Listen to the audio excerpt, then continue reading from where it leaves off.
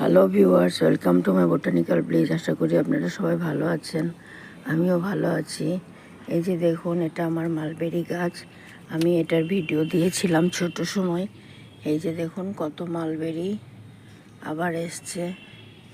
ওই যে গাছ ভর্তি করে মালবেরি হয়। এটাকে আমি এখন একটা ড্রামে দিয়ে দিয়েছি। গাছ অনেক বড় হয়ে গেছে, গাছ সুস্থ এবং সতেজ সবুজ আছে। আমি এখানে 50% বাগানের মাটি, 30% গোবর সার, 20% কোকোপিট দিয়ে গাছ প্রতিস্থাপন করেছি।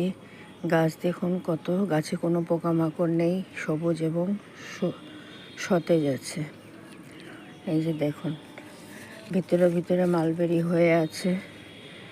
আমি সপ্তাহে খোল ভেজানো জল দেই এবং সপ্তাহে নিম তেল স্প্রে করে দেই। এতে গাছে পোকামাকড় থাকে না, সুস্থ এবং সতেজ থাকে।